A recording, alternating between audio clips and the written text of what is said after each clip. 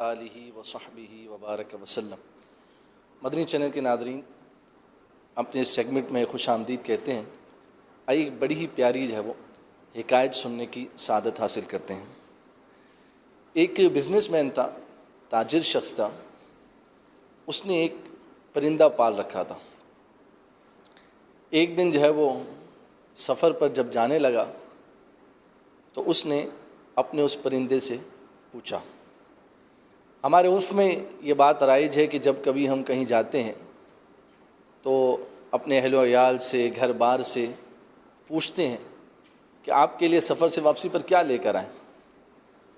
چنانچہ اس نے اپنے پرندے سے بھی پوچھا کہ تمہارے لیے سفر سے واپسی پر کیا لے کر آؤں۔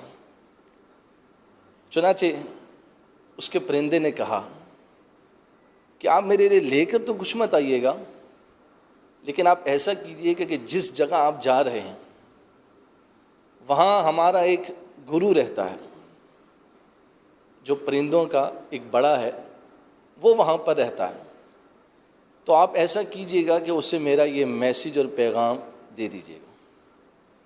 چنانچہ اس نے ایک مخصوص ادا کر کے دکھائی اور اس تاجر کو پیغام دیا کہ یہ آپ میسیج میرا اس تک پہنچا دیجئے گا۔ چنانچہ وہ تاجر شخص اپنے سفر پر روانہ ہوا۔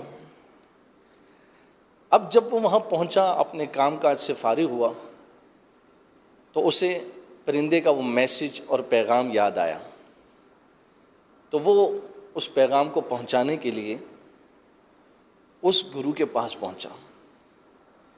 چنانچہ اس نے اس پرندوں کے جو سردار تھا، جو بڑا تھا، جو گرو تھا، اس کے پاس پہنچ کر ایک مخصوص حیت کو اختیار کیا جو پرندے نے اسے کر کے دکھایا تھا۔ چنانچہ اس کے جواب میں پرندوں کے سردار نے آنکھیں بند کیں اور رونا شروع ہوا۔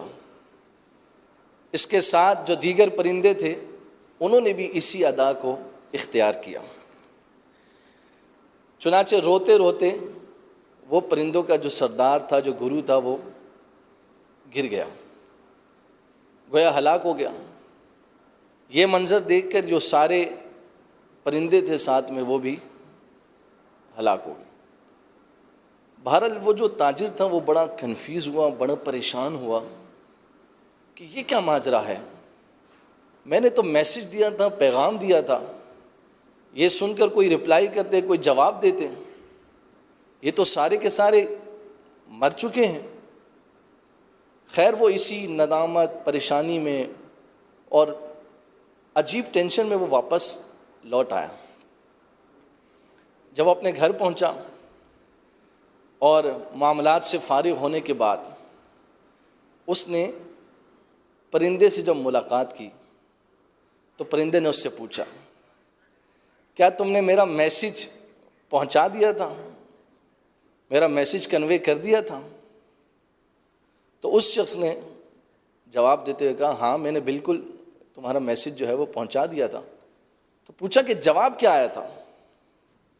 تو اس نے وہ جواب دیتے ہوئے کہا کہ وہ جو پرندوں کا سردار تھا، پہلے اس نے اشک بہانا شروع کیے، رویا اور رونے کے بعد وہ گر گیا۔ تو پرندہ وہ اس بات کو سمجھ گیا۔ جب اس نے یہ جواب سنا تو وہ پرندہ بھی رونے لگ گیا، رویا اور رونے کے ساتھ ہی وہ پرندہ بھی گر گیا۔ اب یہ شخص بڑا پریشان ہو گیا اور اس نے وہ پنجرہ کھول کر اس پرندے کو باہر ڈال دیا۔ باہر ڈالنے کی دیر تھی کہ وہ پرندہ پھڑ پھڑایا اور بحال ہو گیا، اٹھ گیا، اڑ گیا۔ اب جو تاجر تھا وہ بڑا پریشان ہوا، بڑا گھبرایا کہ یہ کیا ماجرا ہے۔ تو اس نے پرندے سے سوال کیا کہ آخر یہ ماجرا کیا ہے، یہ ریزن کیا ہے، یہ وجہ سمجھ میں نہیں آئی۔ اللہ اکبر۔ تو اس نے وہ اس تاجر کو سمجھایا کہ میرے گرو نے ایک خاموش میسیج مجھے دیا ہے تمہارے ذریعے، میں نے تمہارے ذریعے اسے پیغام بھجوایا کہ میں مشکل میں ہوں، پریشانی میں ہوں، قید کے اندر ہوں، مجھے رہائی کی کوئی صورت بتاؤ. تو اس نے یہ میسج دیا، پیغام دیا کہ تم اپنے آپ کو فنا کر دو، اپنے آپ کو ختم کر دو، خود کو مار لو، تمہیں آزادی مل جائے گی. چنانچہ میں نے اس کے میسج میں، اس کے جواب میں یہی کام کیا. نتیجتاً آپ نے مجھے پنجرے سے باہر کر دیا اور مجھے آزادی مل گئی. اللہ اکبر. مدنی چینل کے ناظرین، اس فرضی حکایت سے ہمیں یہ میسج اور یہ پیغام مل رہا ہے کہ اگر ہم بھی حیات جاودانی پانا چاہتے ہیں، اگر ہم بھی جنت کی ابدی اور سرمدی نعمتوں کا حصول چاہتے ہیں، اگر ہم آخرت کی کامیابی اور سرخروئی چاہتے ہیں، تو مدنی چینل کے ناظرین ہمیں بھی اپنے آپ کو مارنا ہوگا، اپنی خواہشات کو ختم کرنا ہوگا. تو اللہ رب العالمین نے ایسے لوگوں کے لیے سورہ نازعات کے اندر زبردست بشارت سے سرفراز فرمایا، اور ارشاد باری تعالیٰ ہے وَأَمَّا مَنْ خَافَ مَقَامَ رَبِّهِ وَنَهَى النَّفْسَ عَنِ الْهَوَىٰ فَإِنَّ الْجَنَّةَ هِيَ الْمَأْوَىٰ. فرمایا جو اپنے رب کے حضور کھڑے ہونے سے ڈرا اور نفس کو خواہش سے باز رکھا تو بے شک جنت ہی اس کا ٹھکانہ ہے. تو پیار اور محترم اسلامی بھائی اور مدنی چینل کے ناظرین، اگر ہم بھی چاہتے ہیں کہ ہمیں آخرت میں سرخروئی اور کامیابی ملے، تو پھر اس دنیا کے اندر ہمیں اپنی نفسانی خواہشات کو مارنا ہوگا، اپنی نفسانی خواہشات کی پیروی سے بچنا ہوگا. تو انشاءاللہ الرحمن اللہ نے جو جنت اپنے بندوں کے لیے تیار کر رکھی ہے، جو ابدی اور سرمدی ہے، جس کی نعمتوں کا کوئی تصور بھی نہیں کر سکتا، ان نعمتوں میں سے اللہ اپنے بندوں کو حصہ عطا فرمائے گا. تو رب العالمین ہم سب کو بھی اپنی خواہشات کی پیروی سے بچنے کی توفیق عطا فرمائے، اور اللہ اور اس کے رسول کی رضا کی خاطر اپنی زندگی کو گزارنے کی توفیق عطا فرمائے. آمین بجاہ النبی الامین صلی اللہ تعالی علیہ وآلہ وصحبہ وسلم.